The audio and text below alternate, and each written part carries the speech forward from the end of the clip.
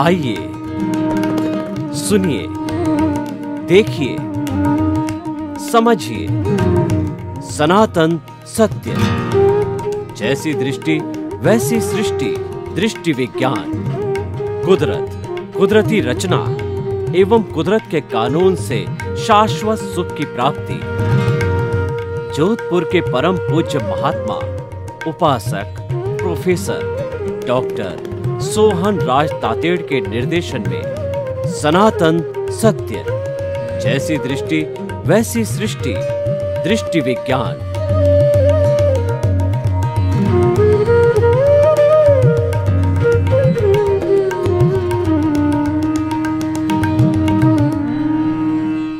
भाई और बहनों, मातृशक्ति को नमन। आज का हमारा बहुत सुंदर विषय वह है किया सो काम भजा सो राम। बड़ा सुंदर उपयोगी विषय है जो हमारे जीवन का निर्माण कर सकता है। भाषा बहुत सरल है, सुगम्य है और समझ में आने वाला है, लेकिन इसको पालन किया जाना चाहिए, इसको जीवन में उतारा जाना चाहिए, इसको हृदयंगम किया जाना चाहिए, आत्मसात किया जाना चाहिए।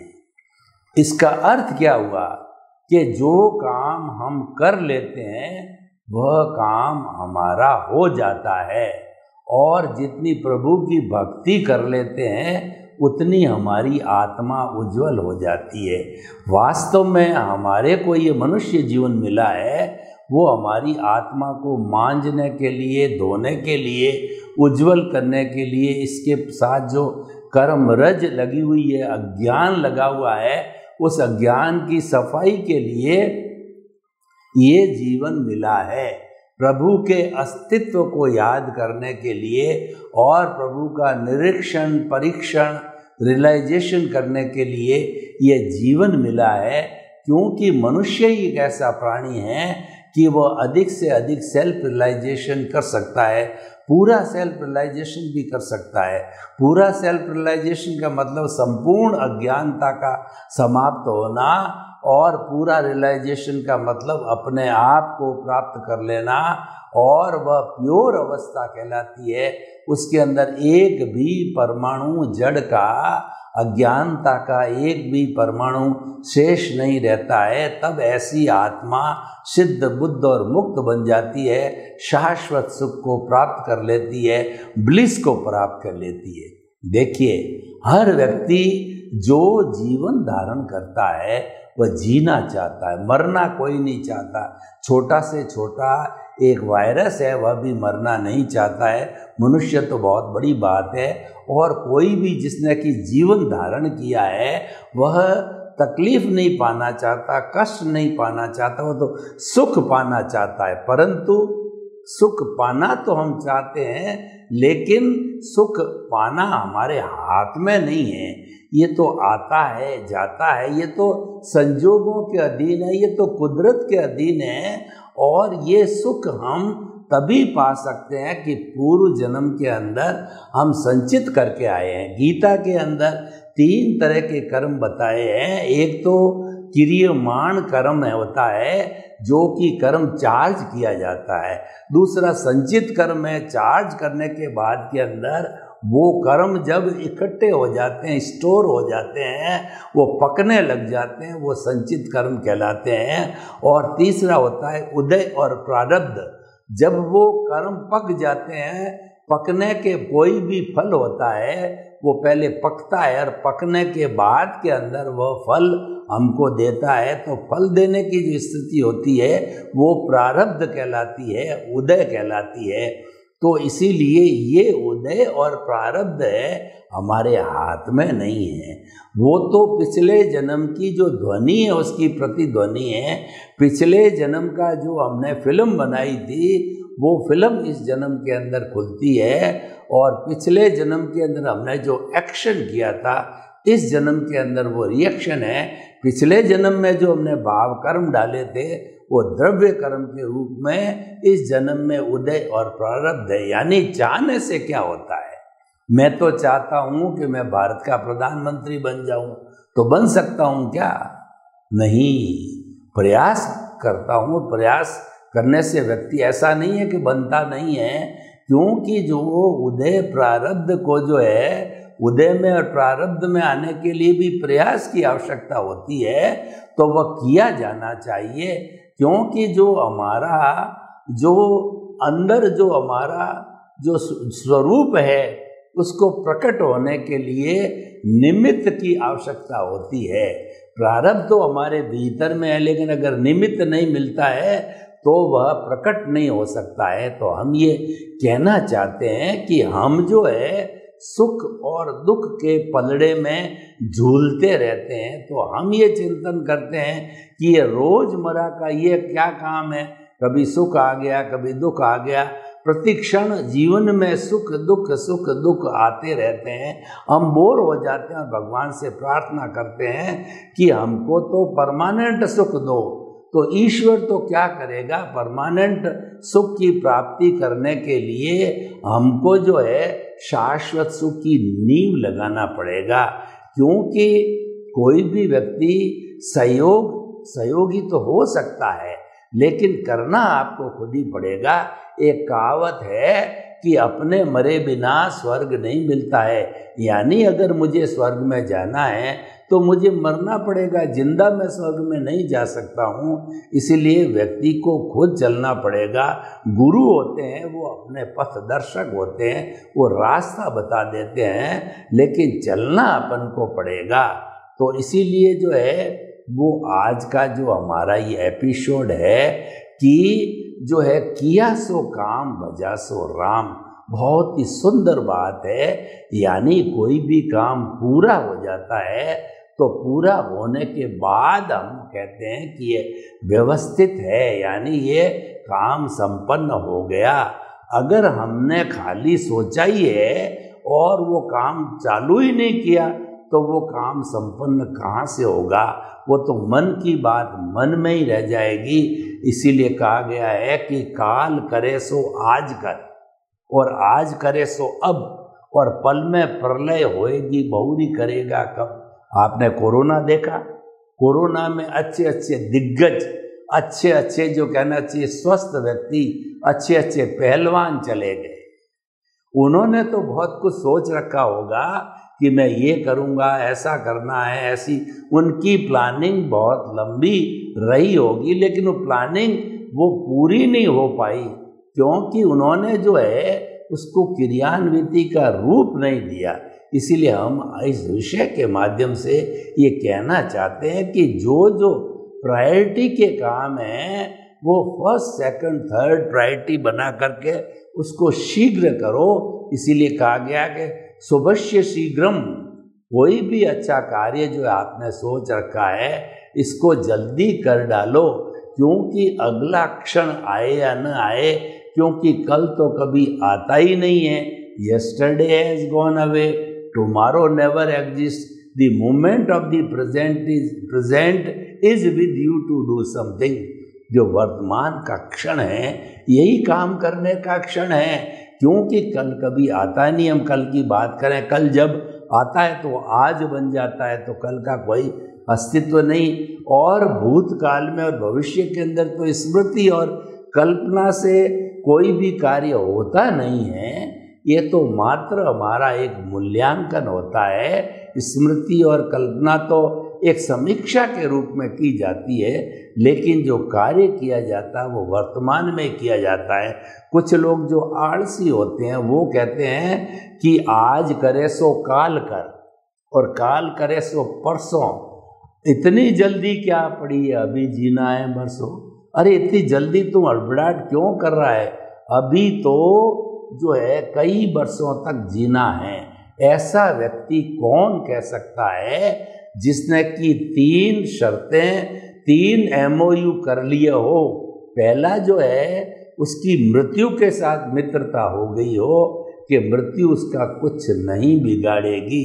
दूसरा, उसको किसी न किसी देव के द्वारा अमरता का जो वरदान मिल गया हो। और तीसरी अवस्था है कि मृत्यु भाग रही है दबोचने के लिए, वो इतना तेज भागे कि मृत्यु से, यम देवता से भी तेज भागने लग जावे तो मृत्यु जो है उसका कुछ नहीं बिगाड़ सकती। परंतु न भूतो न भविष्यति, इस दुनिया में ऐसा कोई व्यक्ति, ऐसा कोई प्राणी, ऐसा कोई जीव, ऐसा कोई लिविंग बीइंग, ऐसा कोई एनिमेट नहीं हुआ है जो कि अमर है।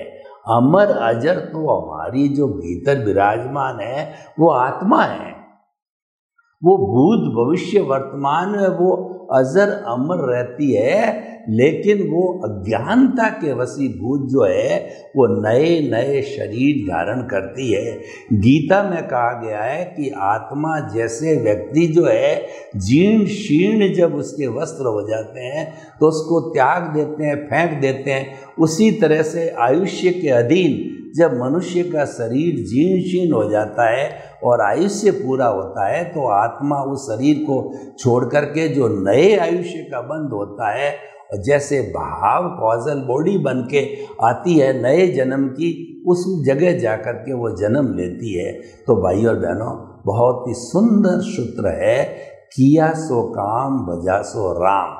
मैं आपको प्रवचन कर रहा हूँ, मेरा ये प्रवचन पूरा हो जावे, या जो मेरा टारगेट है प्रवचनों की श्रृंखला का, एपिसोड्स का, वो पूरा हो जावे तो वो काम जो है हुआ कहा जाता है। अभी मैंने चालू ही नहीं किया या अधूरा है तो काम वो संपन्न नहीं होता है। एक व्यवस्थित शब्द आता है, व्यवस्थित का अर्थ होता है प्रीडेस्टिन्ड, पूर्व निर्धारित होता है। जन्म से मृत्यु के बीच के अंदर हमारा सारा जीवन व्यवस्थित है। मन वचन काया तथा उससे जुड़ी हुई हर अवस्था मात्र कुदरती रचना है और वह व्यवस्थित है। अवस्था का अर्थ होता है विनाशी, अवस्था का अर्थ होता है टेम्परेरी, आने वाली जाने वाली, विनाशी होती है, आई और गई, आई और गई। यानी जो है हमारी मन वचन काया जो है ये विनाशी है, ये जड़ है, ये आने वाला है, ये जाने वाला है और ये संयोग के अधीन है, ये कुदरत के अधीन है। ये स्वयं, इसके स्वयं संचालन, ये संचालक नहीं है, इसका क्रिएटर, ऑपरेटर, डिस्ट्रॉयर है, कुदरत है, व्यवस्थित शक्ति है। तो जो काम करने वाली कर्ता है वो व्यवस्थित शक्ति है, हम कर्ता नहीं हैं। कई बार हम अपने आप को कर्ता मान लेते हैं, मैं और मेरा, ये शरीर मेरा है, धन संपत्ति दौलत घर परिवार संबंध जो है नाते रिश्ते ये सब मेरे हैं और मैं ही इसका संचालन करने वाला हूँ, मैं ही इनको क्रिएट करने वाला हूँ, मैं ही इनको बनाने वाला हूँ, मैं ही इनको चलाने वाला हूँ। ये मिथ्या दर्शन है। तो मिथ्या ज्ञान, मिथ्या दर्शन हम कर लेते हैं, परंतु ये सनातन सत्य नहीं है। इस मिथ्या ज्ञान, मिथ्या दर्शन के कारण ही हमारी कॉजल बॉडी बनती है, हमारे नए भाव चार्ज होते हैं, हमारी जो प्रतिष्ठित आत्मा है वो लाइव बन जाती है। वो मन बुद्धि चित्त अहंकार के द्वारा जो है वो लाइव प्रतिष्ठित आत्मा नया चार्ज करती है, नए भाव बनाती है, नई कॉजल बॉडी आने वाले जन्म के लिए बनाती है। लेकिन ये तो जन्म जन्मांतर से होता आया है। इसमें नई बात क्या है? जो चीज़ प्रिविलेंट है, जो चीज़ चली आ रही है, इसका उपयोग ये है कि आपके भीतर जो चेतन तत्व है, जिसको प्रभु कहते हैं, भगवान कहते हैं, उसका रियलाइजेशन करना इसके लिए मिला है। और वो रियलाइजेशन के अंदर हम कितना समय लगाते हैं वो हमारे पर निर्भर करता है। देखिए, आज के इस युग के अंदर दो तरह की धाराएं चलती है। एक तो मनोरंजन की धारा जो कि जड़ पदार्थों से जुड़ी हुई होती है, प्योरली वो व्यवहार जगत होता है, उसमें इंद्रिय सुख और जो जितना भी हमारा सत्ता संपत्ति और हमारे संबंध रिश्ते नाते उनसे जुड़ा हुआ है और व्यक्ति पूरा जीवन जो है उसी में ही निकाल देता है। जिसको चेतना के स्तर से बात करें तो वो बहिर आत्मा कहलाता है। और ये तो एक सामान्य प्रक्रिया है, हर व्यक्ति उसी लेवल का होता है। तो मनोरंजन करने वाले लोग अगर 7.8 अरब की जनसंख्या में मनोरंजन का हिस्सा निकालें तो वो लोग 90%, 95% लोग होंगे। और एक जो है गंभीर लोग होते हैं, वो ये चिंतन करते हैं कि मानव तन का जो उपयोग है वो मनोरंजन के लिए नहीं है। मनोरंजन तो हमारी प्रतिध्वनि है, जो हमने पिछले जन्म के अंदर ध्वनि की थी, उसकी प्रतिध्वनि जो है ये हमारा मनोरंजन का व्यवहार का जगत है। लेकिन रियल सेंस के अंदर, रियल पुरुषार्थ के रूप में हमारा जो ये जीवन है वो आत्मरंजन का होना चाहिए। यानी हमें अपने अस्तित्व के इर्द गिर्द रहना चाहिए, अस्तित्व की पहचान करनी चाहिए, अस्तित्व को केंद्र में रखना चाहिए, अस्तित्व को केंद्र में रखकर ही बात करनी चाहिए। हमें जो भी चिंतन करें, हम जो भी सोचें, जो भी करें, वह हमारे आत्महित में होना चाहिए, आत्मा कलुषित नहीं होनी चाहिए। इस चिंतन के साथ में वह किया जाना चाहिए। तो देखिए कि जो है किया सो काम भजा सो राम। भजा सो राम का अर्थ हो गया है आपने अपने अस्तित्व की कितनी जानकारी की है।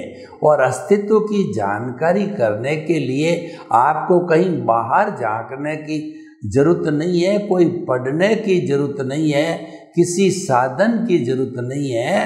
आप एकांत के अंदर बैठ जाइए ध्यान की मुद्रा में, और आप और आपका प्रभु, उसमें कोई साधनों की आवश्यकता नहीं होती है। उसके अंदर न तो धन चाहिए, न दौलत चाहिए, न कोई पुस्तकें नहीं चाहिए, न कोई किसी तरह का पदार्थ चाहिए। उसमें तो मात्र जो है वो आपको आपके प्रभु से बात करनी है और प्रभु का रियलाइजेशन करना है, उससे आशीर्वाद लेना है। और हरि अनंत, हरि कथा अनंत, यानी प्रभु के जो अनंत अनंत गुण हैं उन गुणों की व्याख्या करनी है। जितना जितना हम अपने अस्तित्व की व्याख्या करते जाएंगे हमारा अस्तित्व खुला होता जाएगा। और जो ही मन वचन काया से मुक्त, ऐसा मैं शुद्ध आत्मा हूँ। मन वचन काया कुदरती रचना, मन वचन काया कुदरती रचना से मुक्त, ऐसा मैं शुद्ध आत्मा हूँ, मैं शुद्ध आत्मा हूँ, मैं शुद्ध आत्मा हूँ। जो ही आप बोले, चिंतन किया, आपने मानसिक रूप से इसको याद किया, या केंद्र के अंदर आपके ललाट के बीच में केंद्र के अंदर जो है अपने अस्तित्व को रख कर के एहसास किया, तो किसी भी विधि से जब आप करने लगते हैं तो इसका प्रभाव क्या आता है? इसका प्रभाव ये आता है कि आपकी जितनी वो चोट सारी अज्ञानता पे होती है। जो ही आपने मैं शुद्ध आत्मा बोला तो अज्ञानता पे चोट लग गई। अज्ञानता ये मानती है कि मैं शरीर हूँ, शरीर का संचालक हूँ, और जो है ये रिश्ते नाते, ये हमारा धन संपत्ति जो है ये मेरे साथ परमानेंट रहने वाले। मिथ्या ज्ञान, मिथ्या दर्शन के ऊपर चोट होती है, अज्ञानता के ऊपर चोट होती है। अज्ञानता पे चोट होने पर वह अज्ञानता बिखरने लगती है, अज्ञानता शिथिल हो जाती है। हमारी जितनी ये जो अज्ञानता, जो मिश्र चेतन है, जो कि जड़ रूपी शरीर है और इधर चेतन तत्व है, उन दोनों को जोड़ने वाला तत्व है वो मिश्र चेतन है। वह जड़ भी नहीं है और चेतन भी नहीं है। मिश्र चेतन की वजह से ये हमारा जड़ रूपी शरीर है, ये हाथ हिलाता है, बोलता है, आंखें टिमटिमाता है, प्रवचन देता है, सोचता है, खाता है, पीता है, भूत भविष्य वर्तमान के अंदर जाता है, सारा वही क्रियाकलाप करने लग जाता है जैसा चेतन करता है। क्योंकि भीतर जो हमारा अस्तित्व है वो तो अरूपी है, वो तो दृष्टा है, वो तो दृष्टि को प्रकाशित करने वाला है, दृश्य को प्रकाशित करने वाला है। वह है जब आपको दृष्टि मिलती है, जब आपको दृश्य दिखाई देता है, और वह नहीं है तो फिर पीछे मात्र जड़ बचता है, वो तो मुर्दा है, वो कोई कार्यकलाप कर भी नहीं सकेगा। तो देखिए, हम आपको ये बताना चाहते हैं कि किया सो काम भजा सो राम। किया सो काम है ना, ये तो आपके हाथ में नहीं है, ये तो उदय और प्रारब्ध के अधीन है। इसको इसीलिए हमारे इस जो जीवन को आप दो भागों में बांटिए। एक तो हमारा व्यवहार जगत है, जो हमको जन्म से मृत्यु के बीच में जो जीवन मिलता है, ये सारा व्यवहार जगत है, जिसके अंदर हम माता पिता भाई बहन पत्नी, हमारा काम धंधा और जो है हमारा कार्यकलाप है वो हम करते हैं। हमें वह हमारा उदय प्रारब्ध संजोग के अधीन होता है, व्यवस्थित के अधीन होता है, और व्यवस्थित शक्ति द्रव्य क्षेत्र काल भाव के अधीन जो है वो कार्य करती है। तो किया सो काम यानी कि जो है वह भी काम होता रहता है, और कोई भी हमारा संसारिक कार्य हो वो भी संपन्न हो जाता है, तो प्रसन्नता होती है, हम उसको व्यवस्थित कह सकते हैं। देखिए, व्यवस्थित का काम कैसे होता है गृहस्थी का। मान लीजिए कि आपकी 2 या 3 संतान हैं, संतान को आपने जन्म दिया, उनको पढ़ाया, उनको लिखाया, वो बड़े हुए, उनकी शादियां की, उनको जॉब लगाया या धंधे लगाया, वो खुद कमाने लग गए, जिसको हम अपनी भाषा में कहते हैं कि वो पांवों पर खड़े हो गए। जब संतान पांवों पर खड़ी हो जाती है तो ये किया सो काम में हो जाता है, वो काम संपन्न हो जाता है, उसको हम व्यवस्थित कह सकते हैं। काम की संपन्नता को जब वो रिजल्ट दे देती है तो उसको व्यवस्थित कहा जाता है, और वह उसी रूप में होता है जैसा उदय प्रारब्ध होता है। हमारी कोई स्वतंत्रता नहीं रहती है, एक अतिरिक्त सांस लेने की भी स्वतंत्रता नहीं होती है, और जो होता है हुआ सो न्याय। हमारे साथ अच्छा हुआ बुरा हुआ, हमको लाभ मिला या हमको हानि मिली, हमारी इच्छा के अनुसार काम हुआ या हमारी इच्छा के विरुद्ध हुआ, पर वो काम हो जाता है समय आने पर, तो हुआ सो काम कहलाता है, उसको व्यवस्थित कहा जाता है। जब तक कि काम संपन्न नहीं होता है उसको व्यवस्थित नहीं कहना चाहिए, क्योंकि अभी ये संपन्न नहीं हुआ है। मैं आपको एक उदाहरण दूं, मेरे हाथ के अंदर एक महंगी जो है वो चीनी की प्लेट है। अब वो क्या हाथ से चूक गई, तो हाथ से चूकने के बाद में मैंने उसको इधर उधर टिल्ट होकर के बीच में हाथ जो रखा, आगे पाँव किया पीछे पाँव किया, मतलब उस प्लेट को गिरने से बचाने के लिए, क्योंकि चीनी की है, मैं जानता हूँ कि गिरते ही तो ये जो है टूट जाएगी, तो मैंने उसको खूब कोशिश किया, लेकिन वो प्लेट गिर गई, कई टुकड़े हो गए। टुकड़े होते ही कहेंगे हम कि हुआ सो व्यवस्थित, यानी उस प्लेट की नियति यही थी और वह टूट गई। हमारी नियति थी तो हमने जिन माता पिता के गर्भ से कहिए, जिस परिवार में कहिए जन्म ले लिया, तो जन्म बच्चा माँ के पेट के बाहर आते ही, जन्म लेते ही हम कहते हैं हुआ सो न्याय।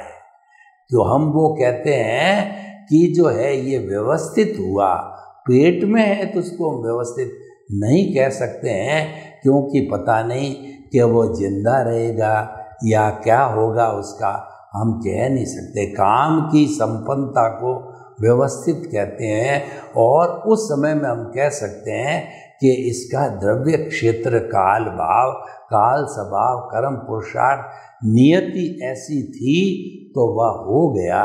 पहले न तो कहा जाता है न कहना चाहिए, पहले तो हमें सारा पुरुषार्थ करने की कोशिश करनी चाहिए। एक बच्चा है जो कि खूब पढ़ाई करता है और पढ़ाई करते करते वो बहुत अच्छा number first test, second test में, हाफ ईयरली में लाता है, लेकिन ईयरली में हम पहले घोषणा नहीं कर सकते, भविष्यवाणी नहीं कर सकते कि बच्चा फर्स्ट डिवीज़न या जो फर्स्ट पोजीशन लाएगा, क्योंकि ये तो भविष्य के गर्भ में छिपा हुआ है, अभी ये व्यवस्थित नहीं हुआ है। और जब एग्ज़ाम दे करके जो रिजल्ट डिक्लेयर होता है तब हम कह सकते हैं हुआ सो व्यवस्थित। तो किया सो काम, वह संपन्न होते ही व्यवस्थित, और भजा सो राम, यानी हमने अपने स्वरूप की जितनी जानकारी की, जितनी जितनी इसको प्योर किया, वह भजा सो राम में आता है।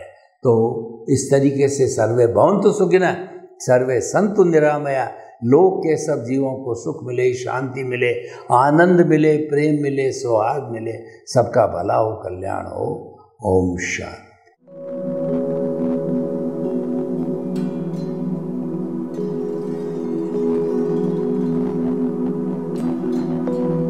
एक ऐसा अंतर्राष्ट्रीय ख्याति प्राप्त मानव जो गुरु प्रेरणा से पिछले 20 वर्षों से वानप्रस्थ जीवन जीते हुए 24 घंटे मानवता की सेवा में संलग्न है। एक ऐसा मानव जो अभी राष्ट्रीय, अंतर्राष्ट्रीय टीवी चैनलों पर 7,500 एपिसोड के माध्यम से सनातन सत्य, आत्मविज्ञान एवं पुनरुत्थान, व्यवहार एवं निश्चय जगत के जीवनोपयोगी विषयों पर हृदय स्पर्शी प्रवचन कर चुका है। उस मानव का नाम है महात्मा उपासक प्रोफेसर डॉक्टर सोहन राज तातेड़। प्रोफेसर तातेड़ द्वारा योग, दर्शन, शिक्षा विषयों पर रचित पीएचडी स्तर के 250 शोध ग्रंथ भारत के 100 प्रतिष्ठित विश्वविद्यालयों में शोधार्थी पढ़ रहे हैं तथा वे सभी शोध ग्रंथ वहां की सेंट्रल लाइब्रेरियों में उपलब्ध हैं। महात्मा सोहन राज ने अभी तक हजारों स्कूलों, कॉलेजों, विश्वविद्यालयों एवं संस्थाओं में सेमिनार, वर्कशॉप, कैंप लगाकर लाखों विद्यार्थियों को योग, दर्शन, शिक्षा का प्रशिक्षण देकर उन्हें सुसंस्कारित किया। डॉक्टर तातेड़ ने भारतीय संस्कृति उत्थान के 4000 से अधिक समसामयिक विषयों पर आर्टिकल लिखकर ऑनलाइन जर्नल, पत्रिकाओं, वेबसाइट्स पर प्रकाशित किया, जिसका उपयोग लाखों पाठक कर रहे हैं। उपासक तातेड़ के 5000 से अधिक आज का सुविचार, आज का शुभ संदेश, आज का मंगल भावना योग आदि चिंतन websites, Twitter, blogger, Facebook, YouTube माध्यमों से लाखों लोग अपना जीवन निर्माण कर रहे हैं। मानवता के मसीहा ऐसे महामानव महात्मा सोहन राज तातेड़ के प्रोफाइल को अभी तक विश्व के 20 लाख दर्शक यूट्यूब पर, 12 लाख गूगल पर एवं लाखों दर्शक फेसबुक, ब्लॉगर, ट्विटर और इंस्टाग्राम पर देख चुके हैं।